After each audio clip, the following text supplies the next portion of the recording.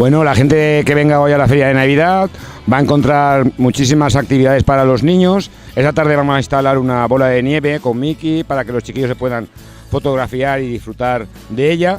Y como tenemos comercio de todo, para ofrecerle al pueblo pues toda la variedad de comercios que tenemos. También hemos lanzado una campaña que se sorteará con la 11 del día 4, en el cual vamos a repartir 2.000 euros con 20 tarjetas de compra para comprar en los comercios asociados y todas las actividades alrededor de los niños. La semana que viene también saldremos a la calle para el concurso de escaparates, que también se ha hecho este año, y bueno, intentando hacer pueblo y que ambientar Aldaya en estas fiestas.